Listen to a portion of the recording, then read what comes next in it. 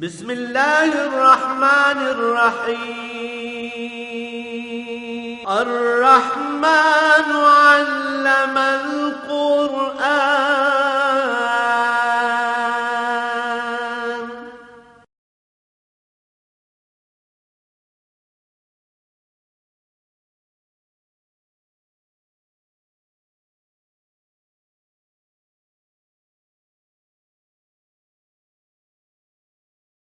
الحمد للہ رب العالمین والصلاة والسلام علی حبیبہ محمد وآلہ وصحبہ اجمعین۔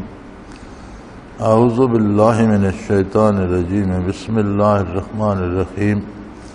وَإِذْ تَأَذَّنَ رَبُّكَ لَيَبْعَثَنَّ عَلَيْهِمْ إِلَى يَوْمِ الْقِيَامَةِ مَن يَسُومُهُمْ سُوءَ الْعَذَابِ إِنَّ رَبَّكَ لَسَرِيعُ الْعِقَابِ وَإِنَّهُ لَغَفُورٌ رَحِيمٌ۔ وَقَطَعْنَاهُمْ فِي الْأَرْضِ أُمَمًا مِنْهُمُ الصَّالِحُونَ وَمِنْهُمْ دُونَ ذَلِكَ وَبَلَوْنَاهُمْ بِالْحَسَنَاتِ وَالسَّيِّئَاتِ لَعَلَّهُمْ يَرْجِعُونَ۔ فَخَلَفَ مِنْ بَعْدِهِمْ خَلْفٌ وَرِثُوا الْكِتَابَ يَأْخُذُونَ عَرْضَ هَذَا الْأَدْنَىٰ وَيَقُولُونَ سَيُغْفَرُ لَنَا وَإِنْ يَأْتِهِمْ عَرْضٌ مِثْلَهُ يَأْخُذُوهُ أَلَمْ يُؤْخَذْ عَلَيْهِمْ مِيثَاقُ الْكِتَابِ أَلَّا يَقُولُوا عَلَى اللَّهِ إِلَّا الْحَقَّ وَدَرَسُوا مَا فِيهِ وَالدَّارُ الْآخِرَةُ خَيْرٌ لِلَّذِينَ يَتَّقُونَ أَفَلَا تَعْقِلُونَ۔ وَالَّذِينَ يُمْسِكُونَ بِالْكِتَابِ وَأَقَامُوا الصَّلَاةَ إِنَّا لَا نُضِيعُ أَجْرَ الْمُصْلِحِينَ۔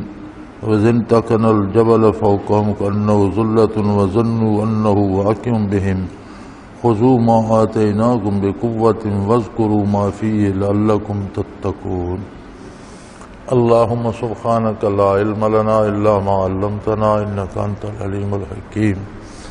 مولاي صل وسلم دائما أبدا على حبيبك خير الخلق كلهم۔ بنی اسرائیل کا یہ ذکر چل رہا ہے اور ارشاد ہوتا ہے وَإِذْ تَأَذَّنَ رَبُّكَ لَيَبْعَثَنَّ عَلَيْهِمْ إِلَى يَوْمِ الْقِيَامَةِ۔ جب آپ کے پروردگار نے یہ بات ارشاد فرما دی تھی، یہ بتلا دیا تھا کہ ان پر کسی نہ کسی کو قیامت تک مسلط رکھا جائے گا۔ یہودیوں کی بات ہو رہی تھی تو نزول قرآن کے وقت بتایا گیا کہ اللہ نے پہلے سے انہیں بتا دیا تھا کہ ان پر ان کی نافرمانیوں کی وجہ سے قیامت تک کسی نہ کسی ایسے شخص کو مسلط رکھا جائے گا من یسومہم سوء العذاب، جو انہیں برے سے برے عذاب میں مبتلا کرتا رہے گا۔ ان ربک لسریع العقاب، آپ کا پروردگار بہت جلد حساب لینے والا ہے۔ وَإِنَّهُ لَغَفُورٌ رَحِيمٌ، اور یہ بھی یقینی بات ہے، پکی بات ہے کہ وہ بخشنے والا اور رحم کرنے والا۔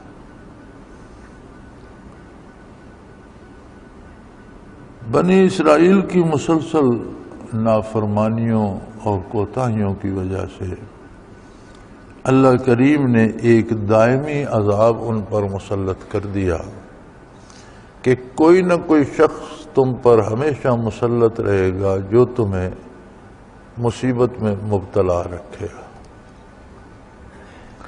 بعض لوگوں کا خیال ہے کہ تب سے لے کر نزول قرآن سے پہلے سے لے کر آج تک تو ایسا ہی ہوتا رہا، انہیں ہر طرف دنیا میں مار پڑتی رہی، لیکن اب تو یہ دنیا پہ حکمران ہیں اور ان کی حکومت بن گئی۔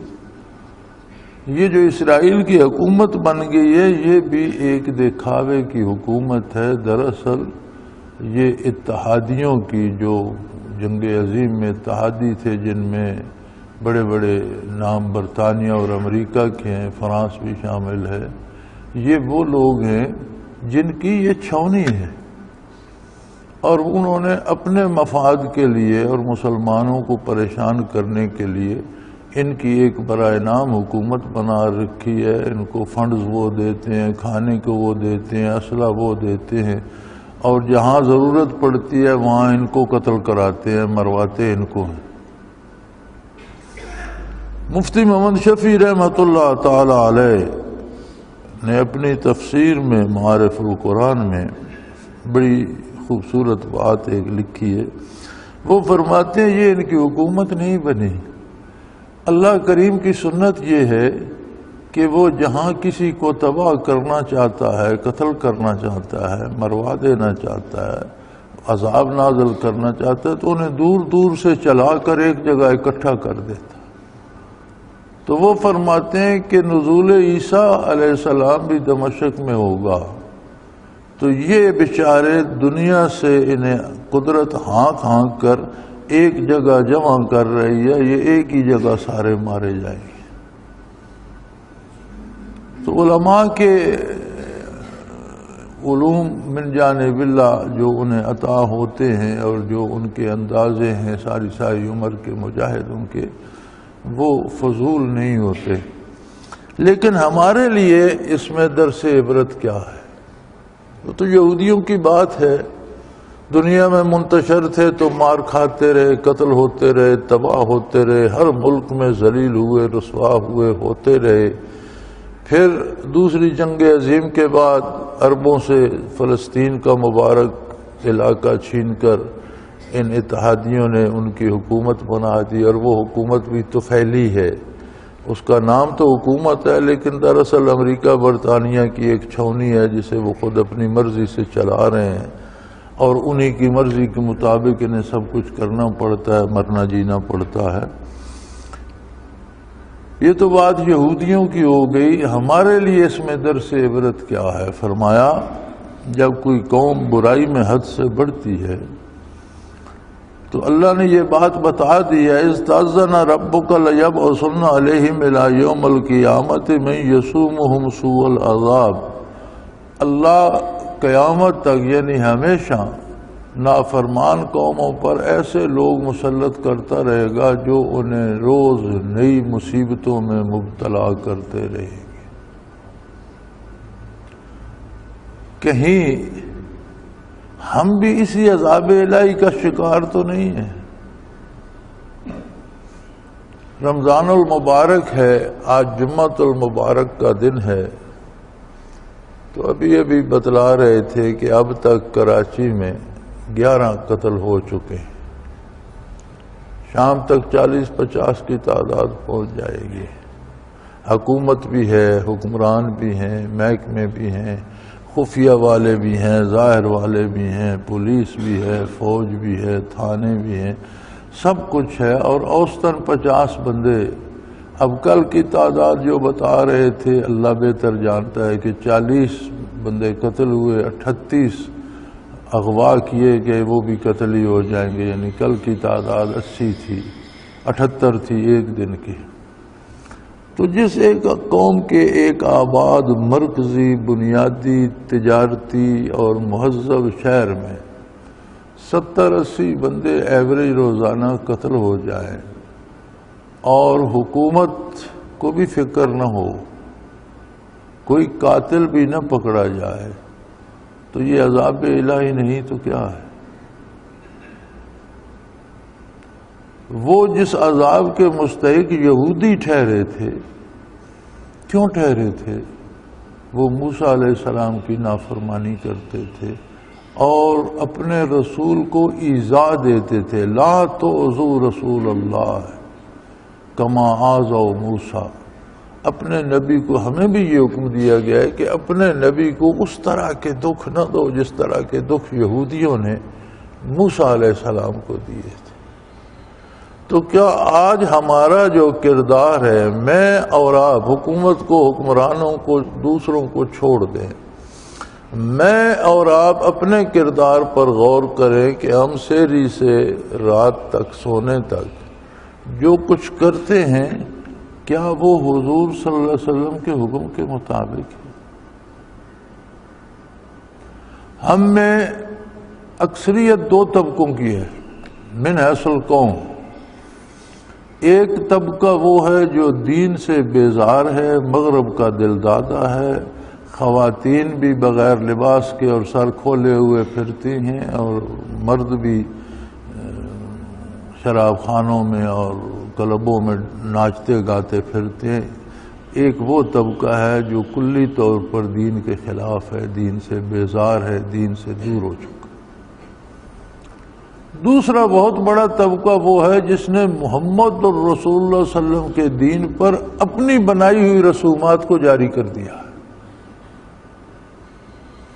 انہیں اپنے دیندار ہونے کا زوم بھی ہے، وہ جنت کے امیدوار بھی ہیں، انہوں نے داڑیاں بھی رکھی ہوئی ہیں، انہوں نے لباس بھی بڑے اچھے پہنے ہوئے ہیں، لیکن سارا دن جو کام عبادت کے نام پر کرتے ہیں اس کی اصل شریعت میں نہیں ملتی۔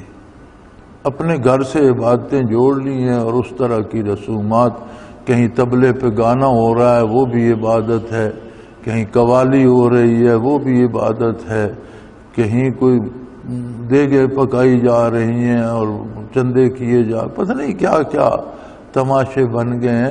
تو وہ دین جو رسول اللہ صلی اللہ علیہ وسلم لائے تھے، وہ بات جو قرآن بتاتا ہے، وہ کہاں گئی؟ الحمدللہ تیسرا طبقہ ایک ایسا بھی ہے، اگرچہ وہ تعداد میں تھوڑے ہوں گے، جو قرآن و سنت کے مطابق زندگی بسر کرنے کی کوشش کرتے ہیں۔ اور اصل بات یہی ہے کہ اپنے شب و روز کو قرآن اور سنت کے مطابق کیا جائے۔ قرآن بتاتا ہے کیا کام کرنا ہے، سنت سے پتہ چلتا ہے اس کام کے کرنے کا طریقہ کیا ہے۔ قرآن نے بتا دیا نماز قائم کرو، بات ختم ہو گئی۔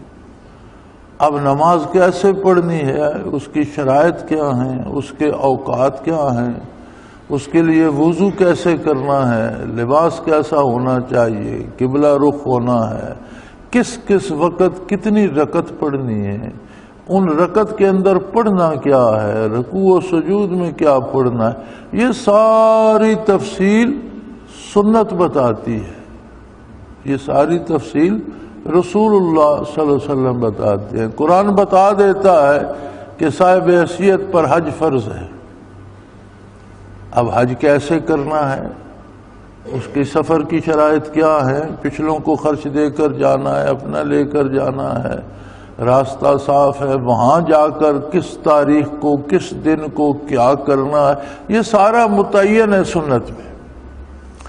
اب اگر آپ اس سارے کو چھوڑ دیں، آپ کہتے ہیں جی میں فارغ ہوں، جمعے کو آپ 2 فرض پڑھاتے ہیں، مجھے اور کوئی کام نہیں ہے، میں 2 نہیں، میں تو 4-5 فرض پڑھوں گا، 6 پڑھوں گا، 8 پڑھوں گا، وہ 2 بھی نہیں قبول ہوں گے۔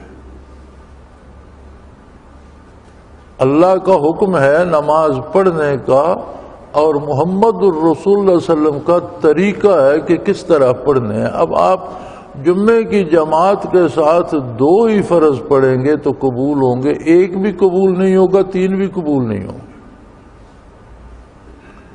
اگر اس شرط کو ہم اپنے روزمرہ کے معمولات پہ لگا کر اور اپلائی کر کے دیکھیں تو ہم دین کے نام پر کیا کیا کرتے ہیں؟ کیا یہ عہد رسالت میں ہوتا تھا؟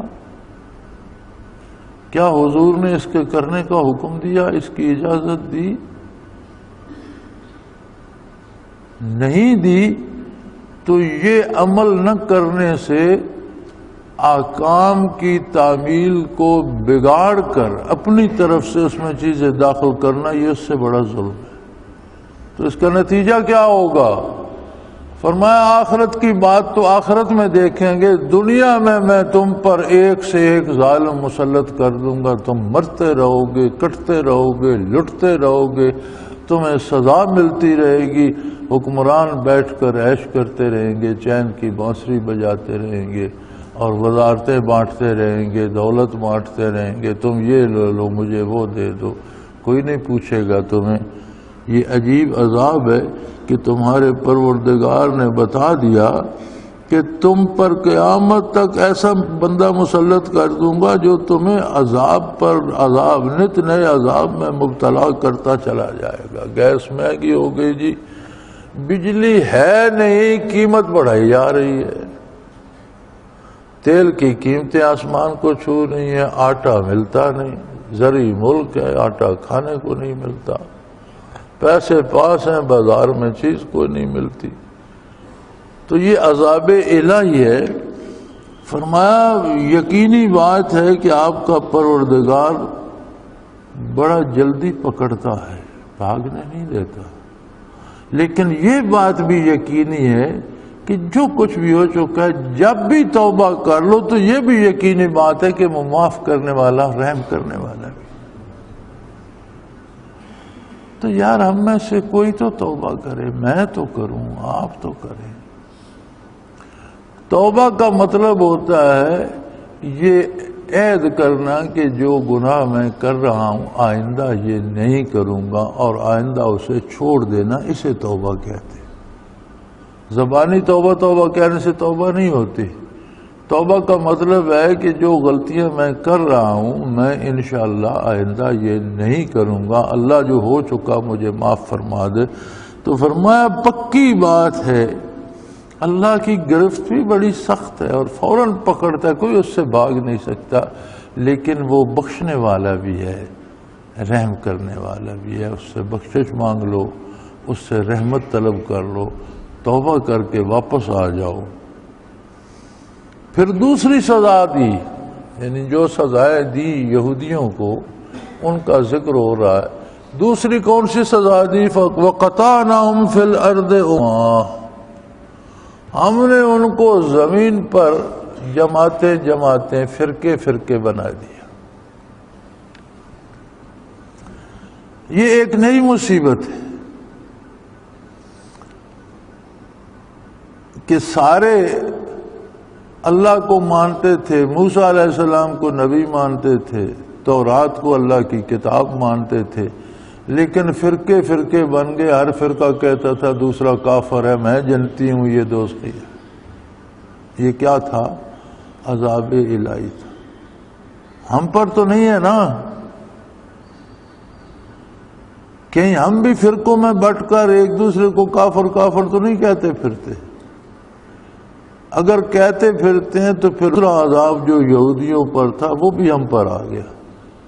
اس کا مطلب ہے کہ ہمارا کردار انہیں یہودیوں کی طرح ہے، وہ موسیٰ علیہ السلام کی ایذا کا سبب بنتے تھے، ہم محمد الرسول اللہ صلی اللہ علیہ وسلم کی ایذا کا سبب بن رہے ہیں۔ لہذا ہمیں بھی اللہ نے فرقوں میں بانٹ دیا، ہر فرقہ دوسرے کو کافر کہتا ہے، اس کے قتل کے در پایا ہے، اسے مار دینا چاہتا ہے۔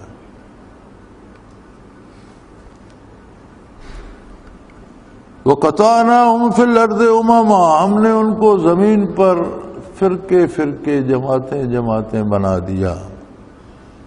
مِنْهُمُ الصَّالِحُونَ، لیکن کچھ لوگ ان میں نیک بھی تھے جو ظلم سے بھی بچے رہے، کوئی ظالم بھی ان کا کچھ نہ بگاڑ سکا، اور جو تفرقہ بازی سے بھی بچے رہے، نہ کسی فرقے کا انہوں نے ساتھ دیا نہ کسی کی مخالفت کی، حق بات کرتے رہے اللہ کی رضا کے لیے، اللہ کے نبی کی رضا کے لیے، کسی کی مخالفت یا موافقت کے لیے نہیں۔ وَمِنْهُمْ دُونَ ذَلِكَ، اور بدکار بھی تھے، کچھ لوگ نیک بھی تھے کچھ بدکار بھی تھے۔ وَبَلَوْنَاهُمْ بِالْحَسَنَاتِ وَالسَّيِّئَاتِ لَعَلَّهُمْ يَرْجِعُونَ، تو ہم نے دونوں طرح کے امتحان ان پر بھیجے، خوشحالی بھی بھیجی، تنگ دستی بھی بھیجی۔ وَبَلَوْنَاهُمْ بِالْحَسَنَاتِ وَالسَّيِّئَاتِ، ہم نے ان کو حسنات یعنی فراخی بھی دی، تنگی بھی دی۔ غرض یہ تھی لَعَلَّهُمْ يَرْجِعُونَ، غرض یہ تھی کہ یہ ان مصائب سے سبق حاصل کریں، اللہ کی بارگاہ میں توبہ کریں اور اپنے مرکز پر بارگاہ رسالت میں واپس آ جائیں، واپس آ جائیں اپنے نبی کے در پر، اور اپنے نبی پاک صلی اللہ علیہ وسلم کا دامن تھام لیں اور ہر کام اس طریقے سے کریں جس طریقے سے کرنے کا حکم نبی کریم صلی اللہ علیہ وسلم نے ارشاد فرمایا ہے۔ لیکن ہوا کیا؟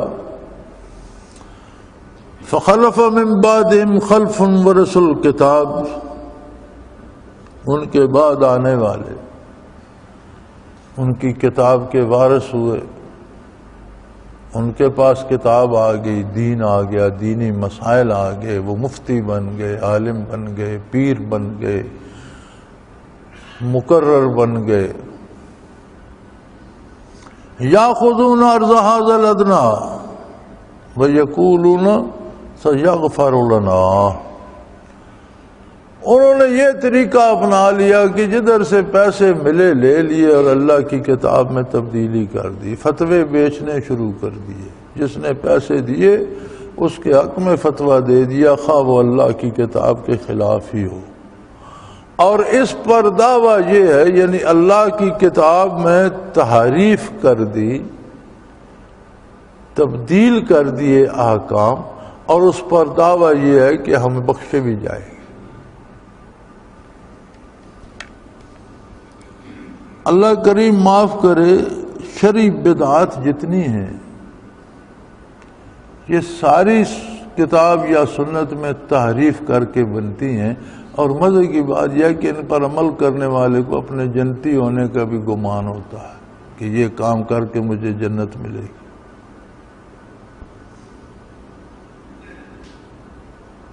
تو فرمایا بعد میں جو ان کے جانشین ہوئے ان کے پاس جب کتاب آئی تو وہ دنیا اور دنیا کی دولت لے کر اس میں تبدیلیاں کرنے لگے اور کہتے ہیں ہم بخشے بھی جائیں گے۔ وَإِن يَأْتِهِمْ عَرْضٌ مِثْلُهُ يَأْخُذُوهُ، اور پھر جب اگر کوئی پیسے دیتا ہے تو لے لیتے ہیں اور اس کے مطابق فتویٰ دے دیتے، جیسا لوگ چاہتے ہیں اس طرح سے دین کو موڑ دیتے ہیں اور پیسے لے لیتے ہیں، اور ساتھ یہ گمان بھی ہے کہ ہم بخشے بھی جائیں گے۔ الم یؤخذ علیہم میثاق الکتاب الا یقولوا علی اللہ الا الحق ودرسوا ما فیہ، کیا انہیں اللہ کی کتاب کا یہ وعدہ بھول گیا تھا جو کتاب میں یہ میثاق لیا گیا تھا کہ اللہ پر سوائے حق کے کچھ نہ کہنا۔ ایک چیز دین نہیں ہے، نبی کریم صلی اللہ علیہ وسلم نے اس کا حکم نہیں دیا، سلف صالحین نے اس پر عمل نہیں کیا، خلفاء راشدین نے نہیں کیا، صحابہ نے نہیں کیا، تابعین تبع تابعین نے نہیں کیا، ائمہ امت نے اس کو دین نہیں مانا۔ آج کوئی بندہ اٹھ کر اس کو کہتا ہے یہ کام بھی ثواب ہے، اس کا مطلب ہے اس نے متقدمین پر بھی جھوٹ بولا، سلف صالحین پہ بھی جھوٹ بولا، نبی صلی اللہ علیہ وسلم پر بھی جھوٹ بولا، اور اللہ پر بھی جھوٹ بولا، چونکہ کسی چیز کو دین قرار دینا یہ منصب الہی ہے، بتانا منصب رسالت ہے، ماننا امت کا منصب ہے۔ تو جنہوں نے مانا متقدمین نے، ان کو بھی اس نے غلط کہا کہ نہیں انہوں سے یہ چھوٹ گیا، دین تو یہ ہے، ان پر بھی بہتان لگایا، اللہ کے نبی پہ بھی بہتان لگایا، خود اللہ پر بھی جھوٹ بولا۔ تو فرمایا یہ کیا کتاب میں جگہ جگہ نہیں پڑھتے کہ اللہ پر سوائے حق کے سچائی کے کچھ نہ کہو، وہی کہو جو حق ہے، جس کے کہنے کا اللہ کریم نے حکم دیا ہے، اور جو کتاب میں ہے اس کو پڑھو بھی۔ محض اپنے اندازے سے فتوے نہ دو، اللہ کی کتاب کو پڑھو، سمجھو، سمجھنے کی کوشش کرو اور اس پر عمل کرو۔ دنیا کی ادبی اعتبار سے، علمی اعتبار سے کتاب میں دو صفتیں ہوتی ہیں کہ وہ ادب کا اعلیٰ نمونہ ہوتی ہے، دوسری بات یہ ہوتی ہے کہ اس میں جو معلومات جمع کی گئی ہیں وہ درست ہوں، علمی اعتبار سے اس کی کوئی اتھارٹی ہو، حیثیت ہو۔ قرآن کریم اللہ کی واحد کتاب ہے جس کے پائے کا کوئی ادب پارا ایک آیت کوئی نہیں لکھ سکا. بڑے بڑے دانشور، بڑے بڑے پڑھے لکھے لوگ، بڑے بڑے شعراء، بڑے بڑے ادیب، قرآن نے اپنے نزول کے وقت چیلنج کیا تھا کہ اس جیسی ایک آیت لکھ کر لاؤ. آج تک وہ چیلنج موجود ہے. آج 15ویں صدی ہجری ہے، ابھی تک کسی نے یہ دعویٰ نہیں کیا کہ یہ میں بھی لکھ لایا ہوں، بلکہ جتنے ادیب تھے انہوں نے اپنے عاجز ہونے کا اظہار کیا.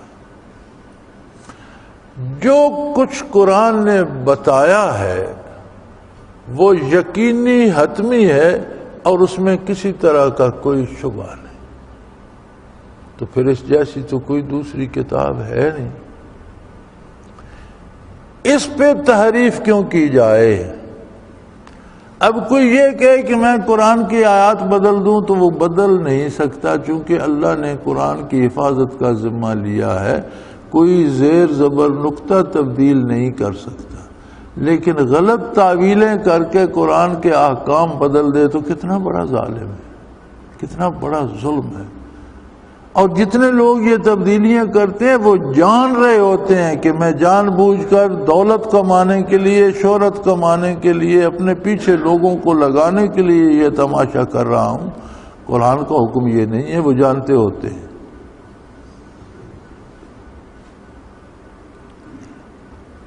فرمایا وَلَدَارُ الْآخِرَةُ خَيْرٌ لِلَّذِينَ يَتَّقُونَ أَفَلَا تَعْقِلُونَ.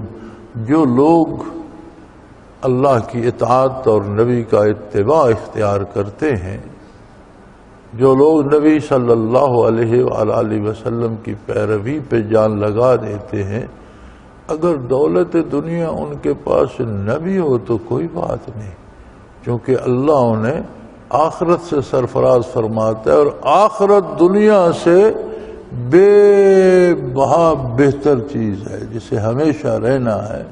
دنیا کی دولت تو چند سکے آگ جمع کرتے رہیں، چھوڑ کے مر جائیں گے، کیا ہوگا؟ کتنے لوگوں نے جمع کیے اور چھوڑ کے مر گئے، اور کسی کو کفن نصیب ہوا، کسی کو وہ بھی نصیب نہیں ہوا، کسی کو قبر نصیب ہوئی اور کسی کو قبر بھی نصیب نہیں ہوئی. تو دنیا تو کوئی بڑی چیز نہیں ہے، یہ تو رہ جائے گی. تو فرمایا اگر تقوی اختیار کرو، تقوی ہوتا ہے اللہ کی اطاعت خلوص کے ساتھ، نبی کریم صلی اللہ علیہ وسلم کی پیروی پورے خلوص کے ساتھ، یہ تقوی ہے. افلا تعقلون. لوگوں تم میں اتنی عقل بھی نہیں ہے، تم یہ بھی نہیں کر سکتے کہ تم اپنے نبی صلی اللہ علیہ وسلم کا دامن تھام لو اور کسی دوسرے کی پرواہ نہ کرو. کوئی پیر صاحب، کوئی مولانا، حتیٰ کہ جنہیں ہم امام مانتے ہیں، ائمہ فقہ، ائمہ تفسیر، ائمہ حدیث، اپنی طرف سے ایک لفظ بتانے کے مجاز نہیں ہے. اللہ ان پر کروڑوں رحمتیں فرمائے، ان کا امت پر احسان ہے کہ انہوں نے زندگیاں صرف کر دیں اور اللہ کے حبیب کا پیغام امت تک پہنچایا. لیکن یہ منصب انہیں اس لیے نصیب ہے کہ خالص وہ بات پہنچاتے ہیں جو قرآن کی ہے، جو حدیث کی ہے. اگر اس میں وہ اپنی بات داخل کرنا چاہیں تو نہیں مانی جائے گی. ماں و شماں اور آج کل کے مولوی اور پیروں کی حیثیت کیا ہے کہ پیر صاحب نے فرما دیا. جی پیر صاحب ہوتے کون ہیں فرمانے والے؟ یہ فرمانے کا حق اللہ کو ہے، اللہ کے رسول کو ہے. تیسرا بندہ صرف اللہ کے رسول کا پیغام پہنچا سکتا ہے، اپنی طرف سے اس میں مداخلت نہیں کر سکتا. فَلَا تَعْقِلُونَ. تم لوگوں میں اتنی عقل بھی نہیں ہے، اتنی بات کو بھی نہیں سمجھ سکتے. وَالَّذِينَ يُمَسِّكُونَ بِالْكِتَابِ وَأَقَامُوا الصَّلَاةَ اِنَّا لَا نُضِيعُ أَجْرَ الْمُصْلِحِينَ. یاد رکھو جو لوگ اللہ کی کتاب کے ساتھ چمٹ جاتے ہیں، پکڑ لیتے ہیں قرآن کو، ہر بات میں قرآن کی اطاعت کرتے ہیں اور اللہ کی اطاعت کرتے ہیں. اقام الصلاۃ، عبادات کو جاری رکھتے ہیں. عبادت، ہر اطاعت عبادت ہے. صلاۃ اگرچہ مختص ہو گیا لفظ نماز کے لیے، لیکن صلاۃ سے مراد عبادت ہے، ہر عبادت صلاۃ ہے، اور ہر حکم کی تعمیل عبادت ہے۔ نبی کریم صلی اللہ علیہ وسلم کا ارشاد ہے مومن کی دنیا بھی دین ہے، جو دنیا کے کام کرتا ہے وہ بھی عبادت ہے، اس لیے کہ وہ اللہ و اللہ کے رسول کے حکم کے مطابق کرتا ہے، اور اللہ کے حکم کے مطابق کرنا ہی عبادت ہے۔ تو مومن کی دنیا بھی دین ہے۔ فرمایا جن لوگوں نے کتاب کو یمسکون خوبصورتی مضبوطی سے پکڑ لیا اور اللہ کی اطاعت پر کاربند ہو گئے، ایسے نیکوکاروں کا اجر ہم ضائع نہیں کرتے، انہیں کروڑوں گنا زیادہ دیتے ہیں، ان کے اجر میں نہیں کرتے۔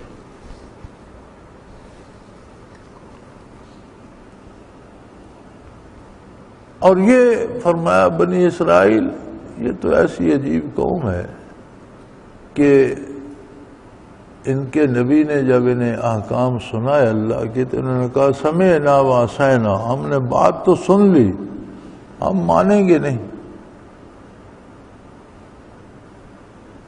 آپ کی بات تو سن لی، قرآن میں آتا ہے کہ انہوں نے کہا تھا سمعنا وعصینا، بات تو آپ کی سن لی، ہم مانیں گے نہیں۔ اللہ کریم نے پورا پہاڑ اٹھا کر ان پر معلق کر دیا۔ فرمایا اذ انتقل الجبل فوقهم كأنه ذلة وظنوا انه واقع بهم، ہم نے پہاڑ اٹھا کر ان پر مسلط کر دیا، اس نے ان کو ڈھانپ لیا، پوری یہودی قوم اس کے نیچے آ گئی۔ وظنوا انه واقع، اور انہیں وہ دیکھ رہے کہ یہ بھی گرے گا اور ہم تو کچلے جائیں گے، کوئی بھی نہیں بچے گا ہم سے۔ اور حکم دیا خذوا ما آتیناکم بقوۃ واذکروا ما فیہ لعلکم تتقون۔ یہ جو کہہ رہے ہو نا سمعنا وعصینا، یہ چھوڑ دو اور اللہ کے نبی کی بات کو قبول کرو اور اس کے مطابق اپنی اصلاح کرو، ورنہ اسی پہاڑ کے نیچے کچل دیے جاؤ گے۔ اس کا مطلب ہے آج کل ایک بڑا ہر بندے کو یہ آیت یاد ہے، لا اکراہ فی الدین، جی دین میں کوئی سختی نہیں ہے۔ اچھا اس سے مراد کیا لیتے ہیں کہ کوئی دین پر عمل کرے یا نہ کرے اس پر سختی نہیں کرنی چاہیے۔ اس آیت کا مفہوم یہ نہیں ہے۔ اس آیت کا مفہوم یہ ہے کہ کسی کو دین قبول کرنے پر مجبور نہیں کیا جائے گا۔ اگر کوئی عیسائی ہے، ہندو ہے، یہودی ہے، سکھ ہے، بدھ مت ہے، کسی مذہب میں، تو اس کو اس کے سینے پہ بندوق نہیں رکھی جائے گی کہ کلمہ پڑھو نہیں تو مار دوں گا، یہ جائز نہیں ہے۔ اللہ نے اس کو اختیار دیا ہے، وہ چاہے تو ایمان لائے، نہ چاہے تو نہ لائے۔ لیکن جو کلمہ پڑھ لے اس نے اپنی مرضی سے اسلام قبول کیا، پھر اس کو مجبور کیا جائے گا اسلام پر عمل کرنے۔ یہودیوں نے نبی کو مان لیا تھا، کلمہ پڑھ لیا، اللہ کا بھی نبی کا بھی، کہنے لگے ہم سے اطاعت نہیں ہوتی، اللہ نے کہا تمہاری ایسی تیسی، اوپر پہاڑ معلق کر دیے، نہیں ہوتی تو میں گرا دوں گا، پس جاؤ گے۔ وہ مان گئے، کرتے ہیں جی کرتے ہیں، یا اللہ پہاڑ ہٹا دے، کرتے۔ اس کا مطلب ہے کہ جو دین کو اپنی مرضی سے قبول کر لے، پھر حکومت وقت مکلف ہے کہ اس کو پابند کرے دینی احکام پر عمل کرنے کا، اور جو نہ کرے اسے سزا دی جائے۔ آپ صرف نماز کا دیکھ لیں تو ائمہ فقہ میں سے 3 امام، امام احمد بن حنبل اور امام شافعی، 3 امام سوائے امام ابو حنیفہ کے، باقی تینوں ائمہ کرام یہ کہتے ہیں کہ حکومت کے ذمے ہے کہ جو شخص نماز ادا نہیں کرتا اسے سرکاری کارندے کہیں نماز پڑھا کر، وہ کہتا ہے جی پڑھوں گا، پڑھتا نہیں، دوسری بار پھر کہیں، تیسری بار پھر تلقین کریں، اگر تینوں بار کہہ دیتا ہے پڑھوں گا، پڑھتا نہیں، تو اسے قتل کر دیا جائے، اس کا جنازہ نہ پڑھا جائے اور اسے مسلمانوں کے قبرستان میں دفن نہ کیا جائے۔ اگر تو انکار کرتا ہے نہیں پڑھتا، پھر تو کافر ہو گیا۔ پھر تو ویسے مارا جائے گا مرتد ہو کر۔ اگر کہتا ہے پڑھوں گا اور عملاً پڑھتا نہیں تو چوتھی بار کہنے کی ضرورت نہیں، اسے حکومت قتل کرا دے، اس کا جنازہ نہ پڑھا جائے، مسلمانوں کے قبرستان میں دفن نہ کیا جائے۔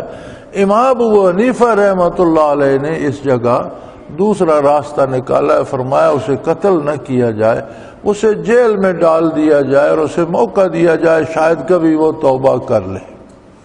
لیکن اگر جیل میں بھی وہ نماز کی پابندی اختیار نہ کرے اور مر جائے تو پھر وہ فرماتے ہیں پھر اس کا جنازہ پڑھنا جائز نہیں ہے اور اسے مسلمانوں کے قبرستان میں بھی دفن نہ کیا جائے۔ یہ رعایت اکیلے امام ابو حنیفہ دیتے ہیں کہ اسے زندہ رہا جائے، جیل میں بند کر دیا جائے، کبھی شاید توبہ کر لے، اسے موقع دیا جائے، لیکن اگر بغیر توبہ کے مر جائے تو پھر اس کا وہی علاج ہے۔ ورنہ تینوں امام اس پہ متفق ہیں۔ آپ اپنے ارد گرد دیکھ لیں کتنے ہم میں سے لوگ ہیں جو واجب القتل ہیں۔ ہم ایک دوسرے کو کیوں قتل کر رہے ہیں؟ ہم ایک دوسرے کو کیوں مار رہے ہیں؟ مارنے والا کوئی نہیں جانتا میں نے کس کو مار دیا، مرنے والا جانتا نہیں مجھے کس نے مار دیا۔ یہ نافرمانی کی سزا ہے، عذاب الہی ہے، ہم ہیں واجب القتل۔ اگر ہم توبہ نہیں کرتے تو پھر ہم ہیں واجب القتل، پھر ہمارے ساتھ یہی ہوگا۔ اگر ہم نمازیں پڑھتے ہیں وہ دکھاوے کے لیے، اپنی پارسائی جتانے کے لیے، عبادت کرتے ہیں تو اس میں بدعات شامل کر لیتے ہیں، اپنی رسومات شامل کر لیتے ہیں۔ تو بڑے تھوڑے لوگ ہیں جو خلوص سے اللہ کو یاد کرتے ہیں اور اللہ اللہ کے رسول کے احکام کو تلاش کر کے ان کی پیروی کرتے ہیں۔ فَاسْأَلُوا أَهْلَ الذِّكْرِ إِن كُنتُمْ لَا تَعْلَمُونَ، یار تمہیں پتہ نہیں ہے تو جن کو پتہ ہے ان سے پوچھو، تلاش کرو، مسائل کو تلاش کرو، احکام کو پوچھو، روزمرہ کے احکام تو پوچھ کر یاد کر لو۔ تو اللہ کریم ہمیں معاف فرمائے۔ قرآن کریم کوئی تاریخ کی کتاب نہیں ہے اور کس سے بیان نہیں کرنا چاہتا۔ قرآن کریم جس قوم کے جو واقعات بیان فرماتا ہے اس سے مراد یہ ہوتی ہے کہ اپنے آپ کو اس آئینے کے سامنے کھڑا کر کے دیکھو کہیں تم بھی یہی جرم تو نہیں کر رہے، اگر یہ جرم کر رہے ہو تو پھر سزا بھی وہی ہوگی جو اس قوم پر آئی۔ تو ان آیات مبارکہ میں ہمارے لیے درس عبرت ہے کہ اللہ سے رجوع کریں، توبہ کریں، حضور کی بارگاہ میں حاضر ہوں اور اللہ سے دعا کریں اللہ ہمارے گناہ معاف فرما دے، توفیق عمل عطا کر ہم اپنی ایمانداری سے پوری کوشش کریں گے کہ تیری اطاعت کریں، تیرے حبیب صلی اللہ علیہ وسلم کا اتباع کریں۔ وآخر دعوانا ان الحمدللہ رب العالمین۔ اللہ اللہ اللہ اللہ اللہ اللہ اللہ اللہ۔ حضرت امیر محمد اکرم آوان مد ذلہ العالی دارالعرفان منارہ ضلع چکوال میں سالہ سال سے قرآن و حدیث کے اوپر خطابات کر رہے ہیں اور سلسلہ نقشبندیہ اویسیہ کے مطابق لوگوں کو ذکر الہی کی تربیت دے رہے ہیں۔ وہ قرآن پاک کی تفسیر ترتیب وار بیان کر رہے ہیں۔ تفسیر قرآن کو وہ موجودہ ملکی اور بین الاقوامی حالات کے مطابق بیان کرتے ہیں۔ موٹر وے سے کلر کہار کے انٹرچینج سے نکلتے ہوئے کلر کہار کی جھیل سے ہوتے ہوئے میانی، بوچھال اور نور پور سے گزرتے ہوئے دارالعرفان منارہ پہنچ سکتے ہیں۔ حضرت امیر محمد اکرم آوان نے بچیوں اور بچوں کی دینی اور دنیاوی تعلیم کے لیے سقارہ اکیڈمی کے نام سے ایک درسگاہ بھی قائم کی ہے، جس کا افتتاح ملک پاکستان کے صدر جنرل محمد ضیاء الحق نے اپنے دست مبارک سے کیا تھا۔ وہ تمام احباب جو اسلام کی طلب رکھتے ہیں ان سے گزارش ہے کہ دارالعرفان منارہ ضلع چکوال میں امیر محمد اکرم آوان صاحب کے خطابات سے مستفید ہوں۔ وہ ہر جمعے کو نماز سے پہلے بیان فرماتے ہیں۔ ہر ماہ کی پہلی اتوار کو ماہانہ اجتماع ہوتا ہے جس میں آپ خصوصی خطاب فرماتے ہیں اور پاکستان کے چاروں صوبوں سے احباب اس اجتماع میں شرکت کرتے ہیں۔ اس کے علاوہ یہاں سال میں 2 مرکزی اجتماعات بھی ہوتے ہیں، ایک رمضان المبارک میں اعتکاف کا اجتماع اور دوسرا جولائی اور اگست میں 40 دن کا اجتماع ہوتا ہے جس میں روحانی تربیت کی جاتی ہے۔ اپنا خون سیماب دے کر اتنا ہم کر جائیں گے، نام آقا کا چمن میں پھر رقم کر جائیں گے۔